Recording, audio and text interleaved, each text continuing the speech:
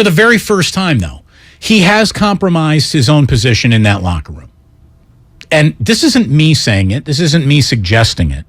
This is Kevon Looney letting you know that they just can't be like, yeah, we're all moved on now. It's like it's never happened. That does not exist. I know a lot of you want it to exist. Here's Kevon Looney explaining that doesn't exist, not yet anyways. It's been different. It's been complicated. There's something, we done had a lot of things happen here in my time, but a lot of things usually get to stay in house and we get to handle it most of the time like that. So it's a little different with it being out in the public and all the outside commotion, weighing in on people's decision on what people think. So it's difficult, but I think we got the leadership and the right people to get through it. Whenever adversity hits, this team usually responds the right way, and this is the ultimate test for us, and I think we're going to be able to get through it. Jordan, he's going to work and do what he's going to do, and Draymond, he's a veteran. He's been the leader on this team for a reason, and he got some work to do to get that trust back from us, but I think he's willing to do it. So again, had trust, lost trust. He has work to do. This is a big turning point, I think, in the mind of a lot of guys in that locker room. And I don't know if Draymond can be anything other than an on-court presence. I don't know if he's going to be the leader, that big brother figure, really, to the young crop of guys coming up going forward. Here's what I think happens with Draymond Green. I think he plays this year. I think he plays opening night. Hopefully he plays well this year.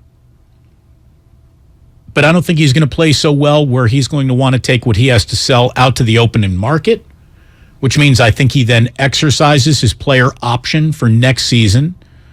And I think that we're about to embark on the final 2 seasons of Draymond Green. I think he's got this year and he's got next year after he exercises his player option. And at that point in time, he'll take half the salary he's going to command through his player's option to probably go be a Laker or something. I thought they were going to go to the finish line with him. Now, they didn't go to the finish line with anybody. They didn't go to the finish line with Rick, with Mullen, with Hardaway, with Richmond. They didn't go to the finish line with any of their great players. They will with Curry. They will with Curry. And they will with Clay. But I thought there was a better chance before this that they would go to the finish line with Draymond than Clay, because I think they would view Draymond as harder to replace than Clay. But now this kind of probably changes that, But and that is going to be interesting. I mean, the players obviously have a say, but I mean, does anybody have more of a say than Steph Curry? Ultimately, I think Curry could determine where this goes as far as Draymond's tenure. If Curry wants him there, you're going to tell Steph no? I think probably not. So a lot of this probably is just a matter of how does Steph Curry feel about Draymond being on the team this year and going forward? And that's probably what's going to happen.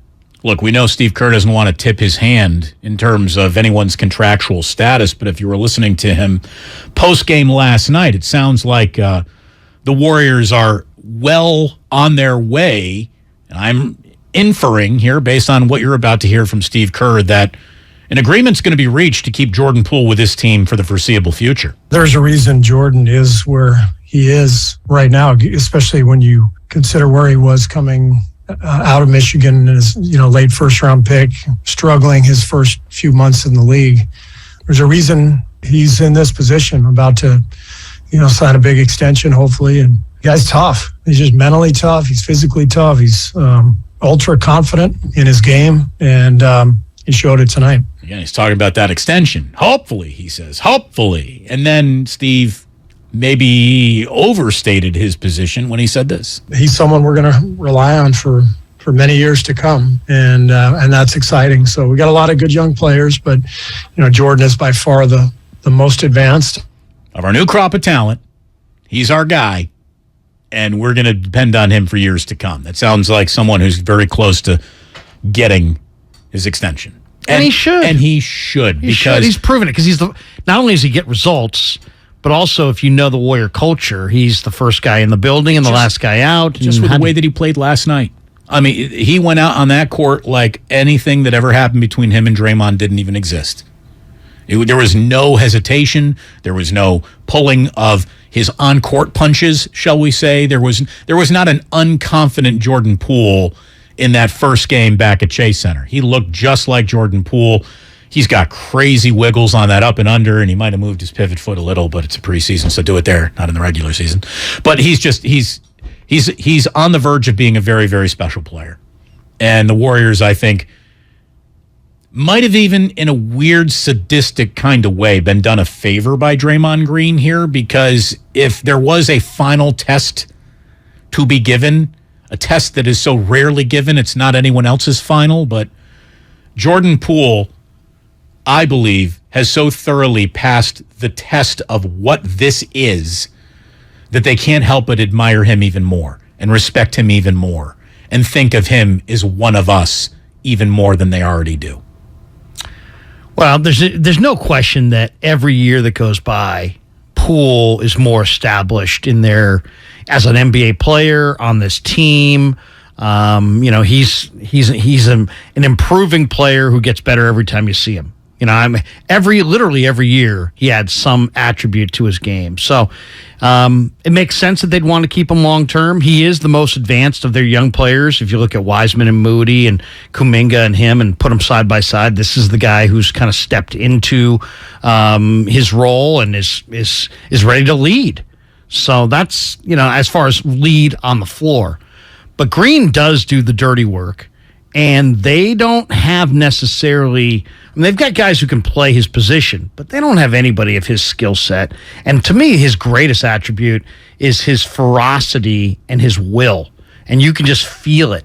You can feel it in big moments where you can feel the will of Draymond Green. You can feel his ferocious, basically on-court demeanor. And those are factors that are hard to replicate, man. And it's like, if you kiss that off because of this dispute, I don't know. I'm not sure exactly where they're still going to be an enormously talented basketball team, but they're losing attributes that are key to winning, and there's no real person that they can point to that they can now go to for those attributes. He's the ultimate Klay Thompson insurance, and you might need that. You might need that. Klay, he's your rim protector and your facilitator. No, I was talking about Jordan Poole. Oh, you're talking about Poole? Yeah, Jordan Poole is Klay Thompson insurance, and since the Warriors aren't even comfortable enough to having played Klay yet, I really thought he was going to get some minutes last night. The fact that they didn't play him a lick during last night's game just make me wonder, is Klay going to be honestly as ready to go on opening night that, an off season now removed from all of the worst injuries that he's had? I thought this would be the year where Klay is Klay again. And if he's not, you want Jordan Poole on this team going forward. There's no doubt. 888-957-9570. Again, you can reach out on the Xfinity mobile text line. I see the YouTube chatters are all still chatting. We got Gene in Oakland. Thank you for the call, Gene. You're on with Damon and Larry. Hey, fellas. Thanks for taking my call. So, I'm not so certain that he's in the fold. I wasn't even certain before this incident. I thought he was going to see what the Warriors would offer him and then just wait it out a year, see if he could actually have a better year and command more money and maybe a starting position with another team next year. Now I'm even less certain. He hasn't said a thing about this yet. What's that, about 5 days now, 6 days? All right. I'm wondering if he's still very, very upset about the whole thing. Not just about Draymond trying to level him, assaulting him as he did, but also about the way the Warriors organization has handled, or I should say mishandled, the whole thing since. He has to look at Green, the guy that attacked him, and he's getting no punishment, essentially. I mean, he's going to miss a few meaningless preseason games. He gets to start the season just like always. And I would think that may be upsetting the hell out of him. Now they're saying it's indefinite how much time Draymond is going to miss, and I'm wondering if Poole's position on this may have something to do with that. But even if they should decide to suspend him a few games more in the season, I think it may be too late. Well, again, look, Gene, everything that you just brought up might be in play. But might I suggest that everything that you just brought up might not be in play as well? I mean, this can go in only one of two directions. It lingers, it remains, or it goes away because that's the choice that the adults in the room decided. This is what I keep on saying about Jordan Poole. Jordan Poole is really the only one who can defuse this bomb completely. He is the bomb squad on this issue. And the number one way to defuse this issue is for when Jordan Poole hits the media next or Draymond appears in front of the media next, for Jordan Poole to put his arm around him and say, Draymond said he's got love for me. I've still got love for Draymond Green. And if he does really feel that way, what a badass Jordan Poole is. What a baller. If he doesn't feel that way, but he still goes out of his way to do that, what a great teammate he is. What a leader he is, knowing that this does create the path to least resistance. Steve Kerr, Bob Myers, Steph Curry, Klay Thompson, Andre Iguodala, all of them would have to look at him and say, if he's eaten this sandwich that he'd rather not eat for the good of the team, man, does that get him a lot of credit in that locker room with the Warriors' leadership and brass. So Jordan Poole can come out of this smelling like a rose if he decides, I'm just going to end this, whether for my own beliefs or whether just for the good of the team, and we got to go win 60 basketball games. And I'll push back on that, though, as far as I don't think you can sit here and say the Warriors mismanaged this. They're letting this thing breathe. They're giving this thing time. They haven't said that he's not going to face any penalty. They wanted it to all go away, and then when the leak happened, that's when, at this point, they painted themselves into a corner with, we really don't know what the discipline is, although Draymond isn't sure that he's playing on opening night. Yeah, I expect to play. Now, will I play? That's a totally different story. And that's something that we will continue to figure out as we move forward and just feel through what's right. So it's not settled yet. But, why? What's this, there's no law that states that you have to make a decision on punishment within a day or 2 days. You can see the way it goes. First of all, the guy you should be talking to first and foremost is Poole. He was the guy who was attacked. Maybe he doesn't want it. Maybe he doesn't want a strong, negative thing to happen to Draymond publicly. Maybe he feels like, in some ways there people could choose sides in that situation. Maybe he's not going to publicly talk about this. Maybe he's just going to allow it to kind of just go away. He doesn't owe us anything. He got dropped at a practice. He doesn't owe us some kind of explanation. No. He doesn't owe us some kind of... And he doesn't owe Draymond anything. Exactly. And we shouldn't be waiting for when he speaks. Well, he doesn't have to address this at all. He really doesn't. It's not his situation. It's Draymond's and the team's. But I don't know that I would immediately point the finger and say the Warriors screwed the situation up because they haven't levied some discipline at him. And they're saying, you know what, he's going to be away from the team. We're going to reevaluate this. We're going to keep talking and, fact-finding and discussing things internally. Just because the footage was released publicly and that engages all of our opinions doesn't mean that they have to work on our timeline. They could wait a week or two. And now, if they don't address it at all at any point, internally or externally, that's one thing. But it sounds like they are going to address it if they haven't already, and it's going to come internally. Look at it this way. The Warriors, whatever they did or didn't do, according to this issue, they tried to get out in front of it. They tried to get out in front of an issue that became an even bigger issue the day after they got out in front of it because of the leak of the video. Imagine what would have happened if this were the Knicks. What a toxic situation that would not be removed, could not be removed. They wouldn't have even invited any of their media members that are against them to the press conference about this. I mean, the Warriors might not have landed this perfectly, but they did the best to be open about it that they could. And of course, they're going to be ripped, for a lot of reasons. Some of them justified, but others not justified. Like I think that they've actually, wanting to be the very conscientious team that they are, got out in front of this. And where the rubber doesn't meet the road is that they just tried to leave this as a basketball issue. Like this is an on-court skirmish that went too far, and that happens.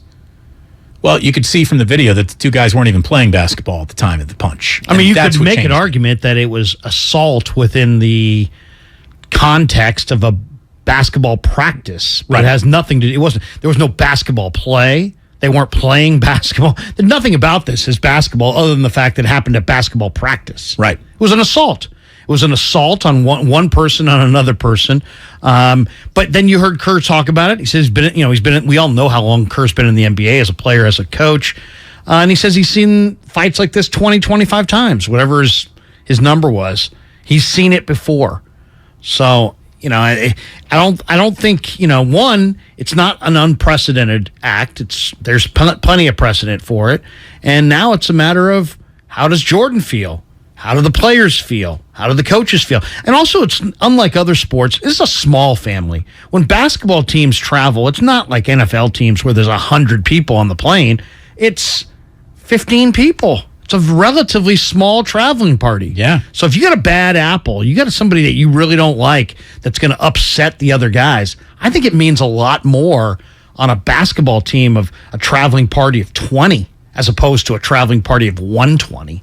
Right. So I just don't think that the Warriors, I don't think you can point the finger at the Warriors and say, oh, they screwed this up.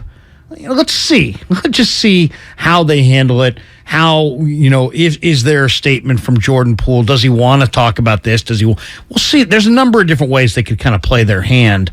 I think it always is in a situation where there's fisticuffs, it's always smart to let kind of things cool down. Now, you could be very cynical and say, well, they're putting their finger outside and kind of seeing the direction of the wind's blowing, and they're just trying to go along with public sentiment. We'll see. We don't know that. But I know that's the criticism. But I think I'd be more concerned if they rushed to judgment and made some declaration within 24 hours and I'd be more, I could see people being critical of that than, hey, we're going to let this thing breathe for a few days. We're going to talk about these things internally. We're going to make the best decision for us as a group. To me, those all seem like logical and reasonable reactions to this. A couple YouTubers weighing in. A guy named Derek Rose says he can forgive if he wants. He doesn't need to forget. You're right about that. And another guy who's the handle is Poupon Boy. Pardon me, would you happen to have Poupon Boy? We do. For all we know, they had a fist fight today. Yeah. I mean, you might be right. I'm going to suggest they probably didn't, but yeah, look, it is a highly competitive league with the most highly competitive athletes on the planet functioning within it for highly competitive paychecks, how they measure themselves against each other. And Draymond, he went out of his way to say this wasn't about dollars between he and Jordan. For me, that is the task at hand, to rebuild trust in our locker room. Wrong highlight. I got it wrong. Here's the one I wanted. I've heard reports that, it's over a contract or him getting an extension or me getting an extension.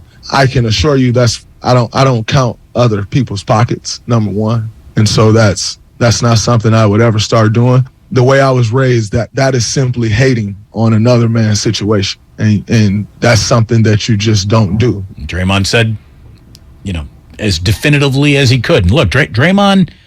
I hated that take, by the way, not from him, but from the people saying, "Oh, it's just about money. He's not getting the money." And come on, right? Come on. But here's the thing: Draymond's a great talker, and he can put words together and string them into sentences as well as anyone. I mean, it takes one to know one, and the guy's a talker. He really is. But that also renders his words a little empty and a little hollow. I mean, we've heard all of this contrite, hat-in-hand Draymond in the past on other things, yet here we are again for the biggest violation of his career in terms of team trust and whatnot. Was he remorseful enough for you? I don't care. He brought up how the video was edited and came out and didn't have any audio attached to it, which I didn't think was a point that he really needed to make.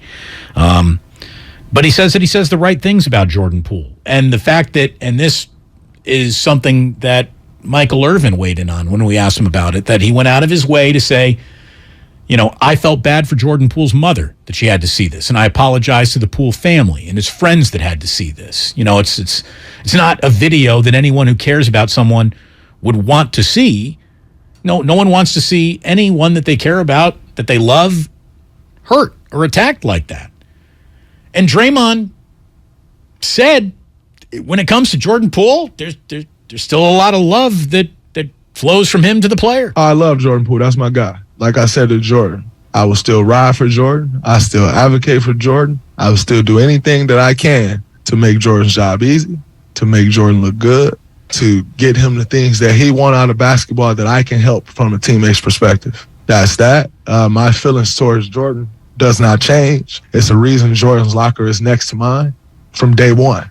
And that has changed a little bit. That dynamic has changed a little bit. It's on me to make that right and get it back, But as far as my feelings for Jordan goes, I'm the guy who supported Jordan when he was sent to the G League bubble and no one thought he had a chance. I'm the guy calling him, hey, man, you should be doing this, or good game. That's me. That don't change at all. My love is real. Love don't just go by the wayside. My love is there. My love ain't going nowhere. So I will continue to support him, help him where I can, lead him. And in saying that, like I said, I know leading comes with a responsibility that I dropped the ball on. And you have to rebuild the trust in that. But if I see Jordan doing something wrong, I'm going to help Jordan because that's the right thing to do. And if you don't care about Jordan, you don't help. You just watch him do it wrong. So my love for Jordan don't change one bit. Continue to move forward, continue to do all I can to help him. And as far as, like I said, as far as a personal relationship goes, we will figure that out as we go, as he's ready on his terms or not. That is solely up to Jordan. But as far as my love for Jordan, that don't change one bit. By the way, Steve got asked, so apology, moment of, have they smoked the peace pipe yet? You're going to hear a phrase that, Steve is going to use a lot this year, wanting to keep that in-house. How do you think Draymond's apology was just received by the team and stuff? Because he said he thought Nobody's business but ours. Nobody's business but ours. Cut that off kind of quick. He really did. I mean, heck, to hear Green talk about it, you would think that, he who knows? Maybe he's leading Jordan to the ground with that punch. There you go. Well, he needs to lead Jordan. I mean, he basically made it seem like he's like got Jordan's best interest at heart. So, well, I'm sure in many instances he did. Maybe in some weird, twisted way, him dropping him and from Draymond's perspective, it was good for the kid. I have no idea, but I do think that the quote that I saw was when Draymond was talking about this. He's like, "Hey, I'm a flawed human being. I was in a bad mental space, Wednesday." All these things play like excuses. You mean this? I am a very flawed human being, and I think I personally know those flaws better than anyone. The work that I've done to correct those flaws, I think, has been tremendous, and yet there's still a very long way to go. I think that's a constant work in process. I am a constant work in process, and I'll continue to do that work. I think the day that took place, I was in a very, very, very bad space mentally, dealing with some things in my personal life that, I can't sit here and say like, oh, you're dealing with some things in your personal life that didn't shorten your temper, that didn't, that didn't change your reaction in moments. Like, all those things are tied together. And I think that's where you get to see the human being side of us, where if you are dealing with something, when you step on the court, it just doesn't go away. That's the same brain, that's the same body that is dealing with something that's now stepping onto that court. And as a leader of this team, I needed to have a better feel for myself and just know and understand like where my wicks in was and what could possibly push me the wrong way. And quite frankly, I didn't handle that well, and I failed as a leader. And in turn, I failed as a man, I failed as a leader, and in turn it's led to this. I'm going to say this. I'm going to accuse Draymond of having all the pretty words on one hand, but it also sounds like this has created some introspection. This has created a mental it plays inventory. Like excuses. It does, but I'm trying to listen through that and take it a layer further underneath. It does sound like he understands that there's some serious housekeeping to do. It does sound like that. Now he's had that in the past, and he says nobody understands my flaws better than me. I would suggest that we have a mountain of evidence to counter that. I would say that the understanding of your flaws actually is more fluid with us than you, because you still keep on running into these flaws. The guy's just he's got that bully DNA in him. He's a bully. He's a bully breed. And look, my wife and I had a bully breed. We love the dogs that a lot of other people do not like or fear. I love a bully breed. Bully breeds are sometimes the most loyal and dedicated dogs in the pen. But they're also ones, when they snap, things can go wrong really, really fast. And that continues to happen to Draymond over and over again. And this is the first time where the snap really affected his own team. And it sounds like there's been quite a bit of soul searching. There needs to be. And the question I would have is he compromised going forward as a leader in the room? I think he is a little. With the guys. I think he is a little. I mean, and that's what I'd like to know. Looney says he's got to earn it all back. I don't even really know what that means or how you go about doing that other than not punching someone in practice. I don't think you say any. It's not solved with words. Right. It's solved with actions. But that's what I'd be interested in knowing is, was this action the kind of action that would compromise his standing as a leader on this team among the players and the coaches? Well, I think we have an absolute fracturing of the mentor-apprentice relationship that he and Jordan Poole had. And as a matter of fact, Jordan Poole is a little bit more, not the mentor now, but he's a superior player in terms of NBA attributes to the NBA than Draymond Green is. So there's a passing of the torch there, and there's also about to be a financial passing of the torch. So this whole But has he lost his place as a leader? And who knows how it goes, but I felt like Jim Harbaugh lost his effectiveness a little bit as a leader when I saw the reaction to some of the players in his final year to some of the things that he was saying. I just wonder about Draymond in this situation. Do the players and the coaches see him for all of his strengths and weaknesses and flaws and say, you know what, he's still very much a leader in our room? Or, is he a guy who used to lead, who's lost a lot of face with the key figures in the room? Because then you're only a leader if somebody's willing to follow you. So if you do something that causes people to no longer follow you, you've been compromised as a leader. And only really Kerr and the coaches and the players and the people who know the interpersonal, workings of these relationships could speak to whether that's gone on here or whether his leadership is as strong today as it was last week. I know everyone was expecting me to go speak on my podcast. Quite frankly, I don't hide from anything. I own my mistakes. To go sit on my podcast would be not taking questions and hiding from the issue at hand. And so I wanted to acknowledge that. And, for those out there that thought that, those were just your thoughts, but I wanted to do this first.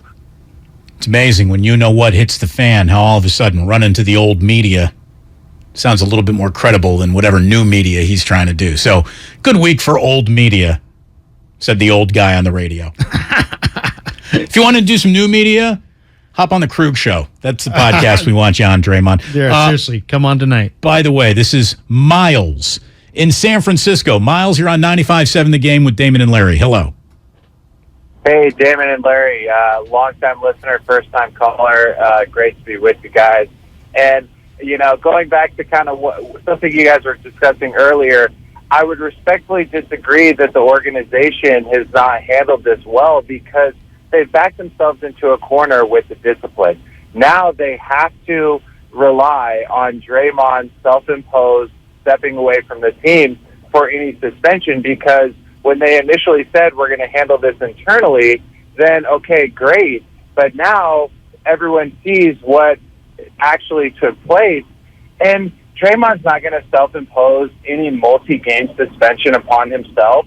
And so how does this look to Jordan Poole, for the organization? Oh, we're going to give you the contract extension, but, once the world found out what happened to you, now we're more, aggressive with the punishment, to where they did themselves a disservice by holding the press conference so early in the process, saying it's going to be handled internally. Sure, they didn't control the leak of the video, but, now... Right. Well, what we have here, Miles, are two totally different situations. There's the situation that the Warriors tried to address on the day the news broke. So let's call that Thursday. And then Friday morning we got the video, and it changed the situation dramatically. I really mean it. And for those of you who are saying, well, how did seeing this video change things so dramatically, let me tell you, we eat with our eyes first. Ask any chef. The very first thing that plate needs to be is on point visually because we are a visual creature. We eat with our eyes first. It's one thing to hear 2 basketball players got into a fight at basketball practice. It's another thing entirely to see the video of that and realize, well, they weren't even playing basketball at the time that happened. And one guy was sort of standing on the baseline silently while the other guy wouldn't stop barking, grabbing his junk, and then walked over, totally got up in somebody's airspace, which, by the way, that is the first act of aggression. Anyone who wants to say that Jordan Poole's shoving of Draymond Green is where this started, no one's ever stepped in your kitchen, obviously. But these guys have been teammates for years, Damon, and they weren't the context that we're getting is the context of the video. Even if you're saying there's more context because we're seeing the video, but anybody watching that video knows that there's plenty of context that the video does not show. Right. We don't know. There's no audio. We don't know what happened before. We don't know what happened after. Yeah, for all we know, Jordan Poole, was still sitting there. Was just all over Green for 10 minutes verbally. We don't really know. So all we do know that they've been teammates for a long time and that their relationship has gone on for a long time. So, who knows the inner workings of their dynamic. And by the way, just the video itself, as I'm trying to figure out where it came from, a lot of people are saying that it looks like it was shot from an iPhone. It's cell phone video. To me, I agree with that, but it's not first generation. I think that is someone's cell phone video recording something off of a monitor. That's what it looks like to me. Like the new iPhone, if you got that, the thing would be in 4K, crystal clear. It'd be an IMAX, basically. It'd look even better than it does. It could be a documentary. Right. This was, to me, there looks like a degenerative generation. Like it's not straight digital recording. There was an analog tape running that I then videoed with my phone. So this comes out of the Warriors video room. Who went into the video room to tape that, in my mind? They're investigating. They'd love to know. I'd love to know. It's, for those who are inside baseball on the Golden State Warriors, Larry, there's a 75% chance we know who did this.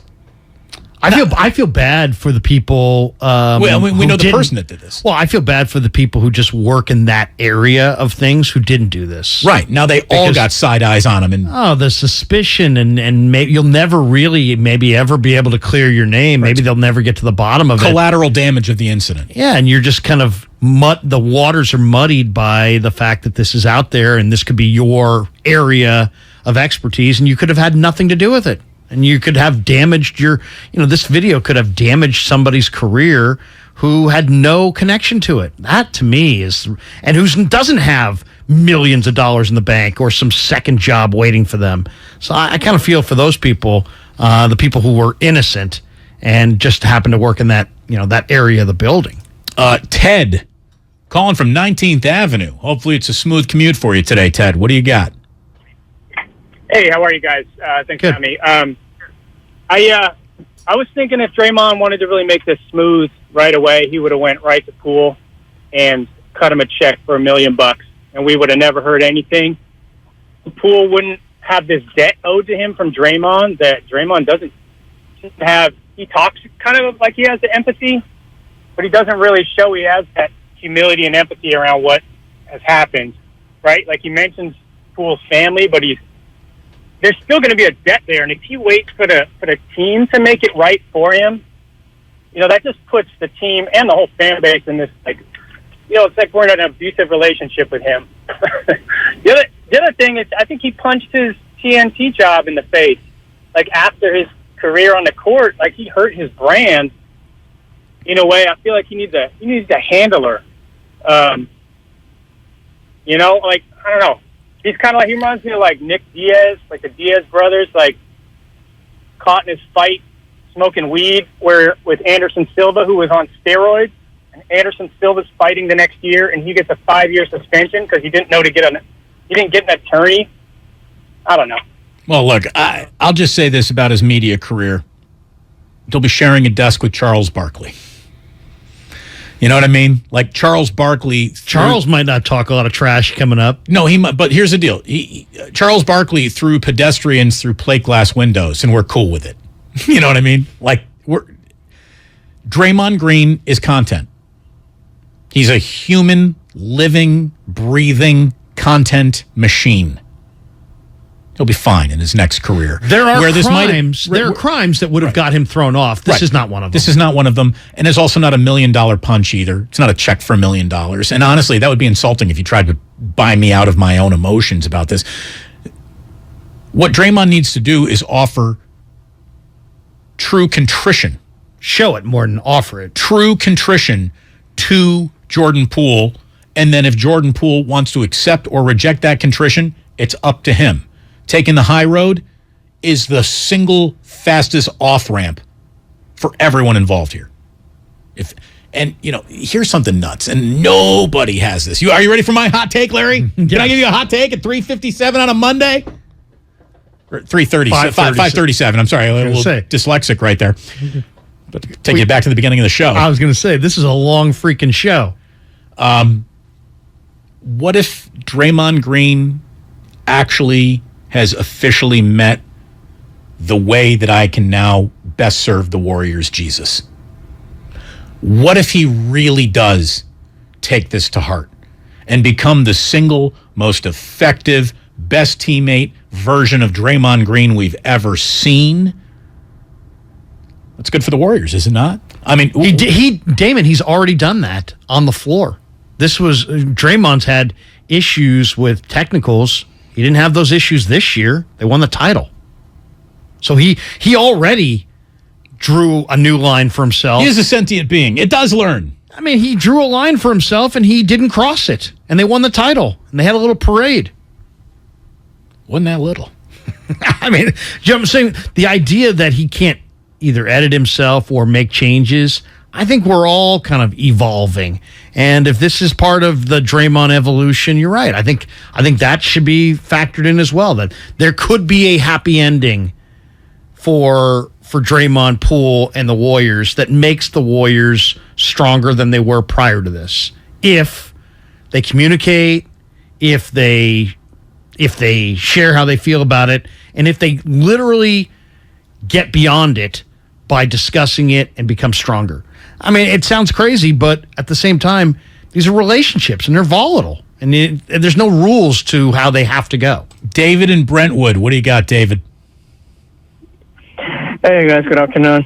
Larry, you were asking earlier whether Draymond Green has lost any kind of leadership place in the team. I would have to say so. There are different types of leadership. And I don't know if you guys have been watching the series House of Dragons. There's a conversation going on between the princess and her uncle. And she says, I will not rule by fear, by being a tyrant. And her uncle says, well, if they don't fear you, they will not respect you. If they won't respect you, you can't be a leader. I think that Draymond has pretty much run his life that way always. The problem with that is now the first time that he starts raising his voice or trying to approach any player at all on a manner that would seem aggressive, he will have all of his teammates immediately looking at him sideways, okay? And everybody is waiting to see what else he's going to do. So that's going to make him... Yeah, look, there's no doubt, David, and we got to hit a break real quick. Thank you for calling. And I got to tell you, House of Dragons, it's okay. It's okay as a Sunday night show, but it doesn't nearly resonate in my life the way the Game of Thrones did. But look, how this plays out from here on out, no one knows. Time will tell. We are about to jump right into an NBA season, and we're going to get some early data points to let us know that this is a settled issue and behind them, or it lingers. We'll figure it all out.